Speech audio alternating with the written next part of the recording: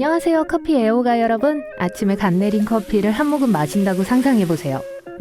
천국이 따로 없어요. 그런데 커피 선호도가 그 사람에 대해 무엇을 말해주는지 궁금해보신 적 있나요? 매일 우리는 수십억 개의 크고 작은 결정으로 우리의 독특한 개성을 형성합니다. 여러 연구들은 어떤 커피를 선택하는가와 행동 특성 사이의 연관성을 밝혀냈어요. 평소대로 주문을 하세요. 그러고 나서 여러분의 성격에 대해 좀 더 알아보도록 하겠습니다. 카푸치노 애호가. 고상한 카푸치노 폼에 관심이 있다면 아마도 매우 창의적이고 개방적이며 의욕적인 사람일 거예요. 관심의 대상이 되는 걸 전혀 꺼리지 않고 자질구레한 것들에 쉽게 실증을 내요. 또한 카푸치노 애호가들은 세련된 취향을 가진 경향이 있습니다. 그건 그렇고 이탈리아 사람들은 아침에만 카푸치노 마시는 걸 선호해요. 이 우유 음료는 오후에 마시기에는 너무 과한 별도의 식사로 간주됩니다. 20세기 초에 발명된 카푸치노는 전 세계에서 인기를 얻는 데 성공했습니다. 원래 이탈리아어로 후드를 의미하는 이탈리아 수도승 카푸친의 이름을 따서 지어졌습니다. 수도사들의 법복 색깔은 에스프레소와 거품이 나는 우유의 혼합물과 매우 비슷했어요. 하지만 오늘날 카푸치노는 다양한 맛과 색으로 나옵니다. 그리고 새로운 토핑을 시도하는 것을 좋아한다면 생각하는 것보다 더 모험적인 사람일 수 있어요. 또한 연구에 따르면 남의 비위를 잘 맞추는 사람들이 커피에 설탕, 우유 또는 크림을 첨가하는 경향이 있다고 합니다.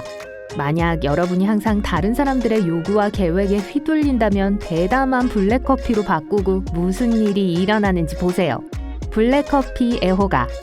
커피가 언제 처음 발견되었는지 아무도 정확히 알지 못해요. 하지만 한 가지 설은 에티오피아의 한 염소 목동인 칼디의 이야기입니다. 9세기에 그는 우연히 커피 원두의 잠재력을 발견했어요. 그는 염소들이 특정 나무의 열매를 먹은 후에 매우 에너지가 넘친다는 것을 알아냈습니다. 칼디는 친구들에게 그 열매에 대해 말했고 오늘날 블랙커피로 알려진 짙은 색의 음료를 만들었죠. 세월이 흐르면서 다양한 요리법이 발명됐습니다. 설탕이 없는 블랙커피를 선호한다면 아마도 매우 인내심 있고 솔직하고 보수적인 사람일 거예요. 여러분의 생활 방식은 질서정연하고 신중하다고 할 수 있습니다. 다른 사람들은 여러분을 신뢰할 수 있고 충성스러운 친구로 인식할 거예요. 블랙커피를 마시는 사람들은 보통 조용해 보이지만 때때로 매우 의지가 강한 사람일 수 있습니다. 단순하고 미니멀한 걸 좋아하고 극적인 상황을 피하는 경향이 있어요. 이 세상에 더 이상 체계적인 사람은 없을 것 같지만 그런 사람들은 존재해요. 에스프레소 애호가. 에스프레소 애호가는 매우 자신감 있고 바쁜 사람이죠. 많은 사람들이 보스다운 에너지를 가진 열심히 일하는 사람들입니다. 시간을 낭비하는 것을 좋아하지 않고 다른 사람들이 일을 끝내도록 영감을 줍니다. 에스프레소를 좋아한다면 잠시 휴식을 취하며 주변을 둘러보는 건 아마 여러분의 취향이 아닐 거예요. 하지만 여러분의 집중력과 효율성으로 훌륭한 지도자가 될 수 있어요. 비록 그렇게 단호한 생활 방식이 조금 피곤할 수 있지만 모든 꿈을 이룰 수 있을 거라고 확신합니다. 그건 더 적은 것에 만족하지 않기 때문이에요. 그리고 높은 기준에 대한 이야기가 나와서 말인데 눈으로 원두의 신선도를 알 수 있다고 합니다. 신선한 에스프레소에서 크레마는 분산되는데 적어도 3분에서 5분이 걸려요. 리스트레토 애호가. 리스트레토는 이탈리아어로 제한적이라는 뜻으로 컵 크기로 보통 엄지손가락 높이 정도입니다. 이 음료는 좀 더 농축된 에스프레소 커피의 숏샷이에요. 풍부한 맛에 약간 달콤하고 매우 강한 맛을 가지고 있습니다. 그리고 다른 커피보다 이 커피를 선호하는 몇몇 사람들이 실제로 존재해요. 리스트레토 애호가들은 독특하고 자의식이 강한 성격을 가진 경향이 있습니다. 그래서 그들의 진정성이 자연스럽게 사람들의 관심을 끌기 때문에 과시할 필요가 없어요. 라떼 애호가. 전통 라떼는 에스프레소 3분의 1과 스팀 우유 3분의 2를 포함하고 위에 거품이 조금 있습니다. 만약 라떼를 제일 좋아한다면 자유분방하고 차분하고 공손한 성격을 가진 경향이 있어요. 어떤 사람들은 대화에서 신랄함을 달래고 사탕 발림을 하는 편안함을 추구하는 사람이라고 부를지도 모릅니다. 조사에 따르면 라떼 애호가들은 호감을 주고 싶은 충동이 압도적으로 강할 수도 있다고 해요. 다른 사람들을 돕기 위해 자신의 시간을 아끼지 않습니다. 하지만 항상 자신을 잘 돌보는 건 아니에요. 플랫 화이트 애호가. 플랫 화이트라는 말을 들으면 그 달콤하고 크리미한 맛이 입안에서 느껴지시나요? 플랫 화이트는 라떼보다 거품과 우유를 덜 함유하고 있어요. 그래서 음료의 양이 적고 더 강해집니다. 이런 종류의 커피를 선호하는 사람들은 평화로운 성격을 가지고 있고 다른 사람들의 의견에 그다지 신경 쓰지 않는 경향이 있어요. 일부는 매우 가족 중심적이고 배려심이 있습니다. 바리스타에게 유제품을 대체 우유로 바꿔달라고 요청한다면 위험을 감수하는 사람이거나 건강을 의식하는 사람일 수도 있습니다. 아이스 커피 애호가. 피플즈가 발표한 한 흥미로운 연구는 차가운 커피 애호가들이 인스타그램을 스크롤하는데 더 많은 시간을 보내는 경향이 있는 반면 뜨거운 커피를 마시는 사람들은 페이스북에서 시간을 보내는 것을 선호한다고 주장합니다. 동의하세요? 온갖 맛있는 캐러멜과 크림 토핑이 있는 아이스 커피나 프라푸치노에 빠져 있다면 여러분은 매우 밝고 활기찰 거예요. 두려움이 없고 자발적이며 마음은 항상 젊습니다. 새로운 것들을 시도하고 기꺼이 친구들을 위한 트렌드 세터가 되죠. 어떤 사람들은 무모하다고 할지도 모르지만 여러분은 그저 인생을 탐험하는 걸 좋아해요. 여러분의 풍부한 상상력과 예술적 관점은 어디를 가든 축제 분위기를 조성합니다. 통계에 따르면 미국 성인 소비자의 20%가 아이스 커피를 마시는 걸 선호한다고 하는데 5명 중 1명이 여러분의 소울메이트라는 걸 의미하죠. 모카 커피 애호가. 모카도 커피인가요? 네, 커피예요. 비록 제조법이 전 세계적으로 다를 수 있지만 사실 모카는 카푸치노와 핫초콜릿의 혼합물입니다.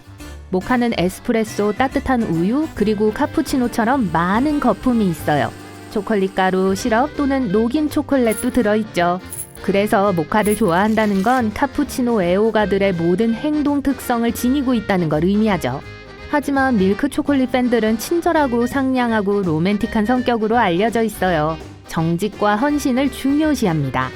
또 다른 여론조사는 초콜릿 애호가의 약 4분의 3이 자신을 낙관적이고 수줍음이 많다라고 표현한 반면 대부분의 민트 팬들은 스스로를 생각이 깊다라고 표현했어요. 여러분도 그러신가요? 아포가토 애호가. 아포가토에 대해 이야기해볼까요? 이 이탈리안 디저트는 바닐라 아이스크림에 김이 모락모락 나는 에스프레소 샷을 부은 거예요. 음료처럼 천천히 홀짝홀짝 마시거나 디저트처럼 숟가락으로 먹어도 됩니다. 아포가토는 저녁 식사 후에 활력을 줄 수 있고 그래서 많은 팬들이 올빼미족이에요. 또한 그들은 상냥하고 재미있는 성격을 가진 경향이 있습니다. 여러분은 아포가토 팬들이 현실의 쓴맛과 영감을 주는 행동과 농담의 균형을 맞추는 재능이 있다는 걸 알 수 있을 거예요. 그들은 주류가 되기보다는 자신의 속도에 맞춰 일하는 것을 선호합니다. 디카페인 커피 애호가. 디카페인 커피, 우유 대체품 등 특별한 주문을 하는 사람들은 통제하기를 좋아하는 완벽주의자의 성향을 갖고 있어요. 보통 삶의 다른 분야에서도 더 건강한 선택을 하는 경향이 있습니다. 물론 쉽게 이해가 돼요. 건강 문제 때문에 단순히 유제품을 피하고 카페인 섭취를 줄이는 사람들이 있으니까요. 최초의 성공적인 디카페인 방법은 1905년경 독일의 커피 상인 루트비히 로셀리우스에 의해 만들어졌습니다. 전설에 따르면 이 아이디어는 바닷물에 젖은 커피 원두를 받았을 때 떠올랐다고 해요. 로셀리우스는 커피를 버리기 전에 한번 마셔보기로 했고 그것이 같은 커피 맛과 향을 유지하고 있지만 카페인 함량이 더 낮다는 걸 발견했습니다. 필터 커피 애호가. 최초의 커피백은 1710년 프랑스에서 발명되었습니다.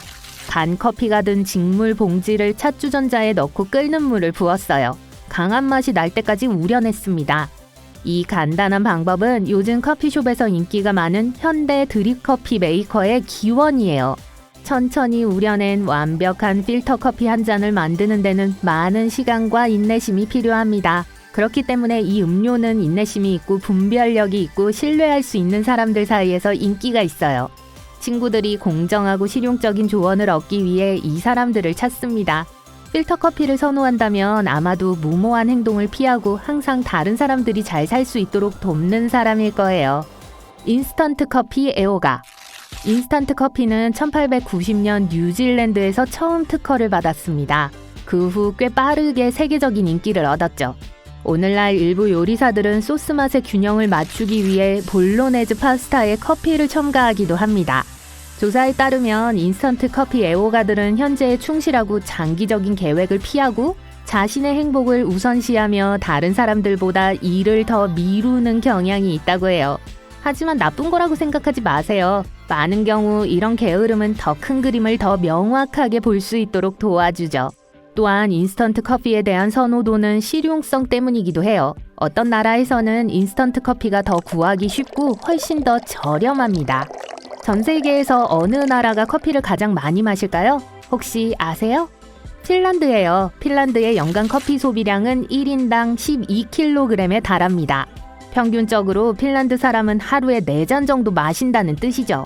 핀란드에서는 심지어 근무 시간 중에 공식적으로 10분간의 커피 휴식 시간이 2번 주어집니다.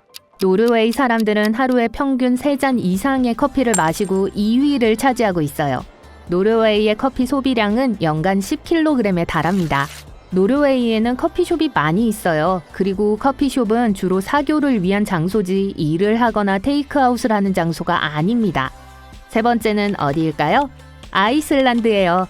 커피는 오랫동안 이 나라에서 가장 인기 있는 사교적 음료였습니다. 만약 아이슬란드에 가거든 그곳 사람들은 방문객들에게 커피 한 잔을 제공하는 전통이 있다는 걸 알아두세요.